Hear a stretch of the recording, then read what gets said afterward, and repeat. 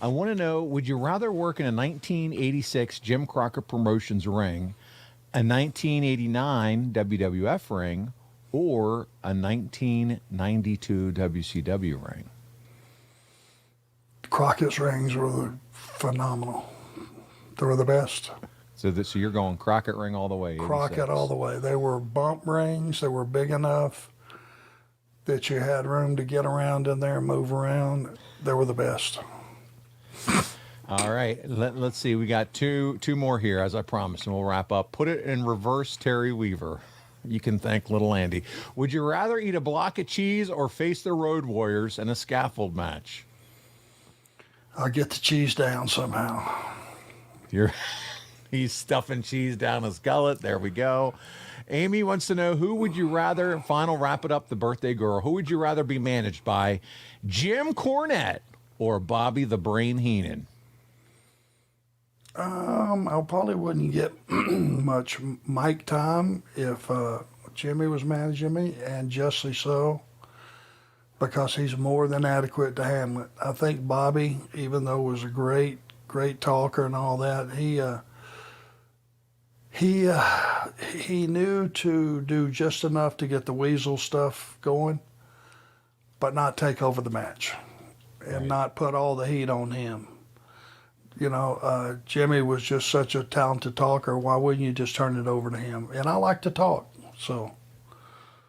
You do, and you've done it well. We get to watch you every single week. And, man, that's going to wrap us up, though, for this week, because we are going back next week to our standard normal format. We're going back to January 1993. But before we get there, I want to thank everybody who contributed to the show this week. We did not even get near close to all the questions in. And as I've done traditionally, I've saved where we left off. All the rest of the questions are going to go over to the research guy to save and make sure we have them for August so that we can start with those. But, man, I am so appreciative of all your participation. Remember, check out arnlinks.com for all things Enforcer. You can find our social media pages there, previous episodes, and most importantly, Arn, the Horsemen and Arn Anderson Show merchandise stores, and so much more. So check us out over there. And next week, we begin our coverage of 1993.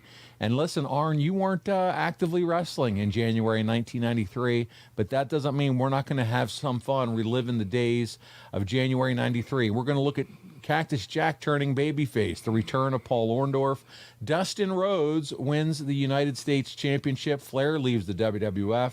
We got the Clash of Champions with the main event of the Thunder Cage and the build to Super Brawl 3 featuring the White Castle of Fear match. And I'm telling you, just going through the notes and looking at the video clips, that's going to be a fun show. And just as a reminder, before we get out of here, if your business targets 25 to 54-year-old men, there's no better place than to advertise with us right here on The Arn Show. You can go to advertisewitharn.com right now and find out more about advertising with us. That's right, me and the Enforcer, Arn Anderson. We'd love to advertise your product or service, so check it out. Advertise with Arn right now. And, guys, I can't close the show without talking about ad-free shows.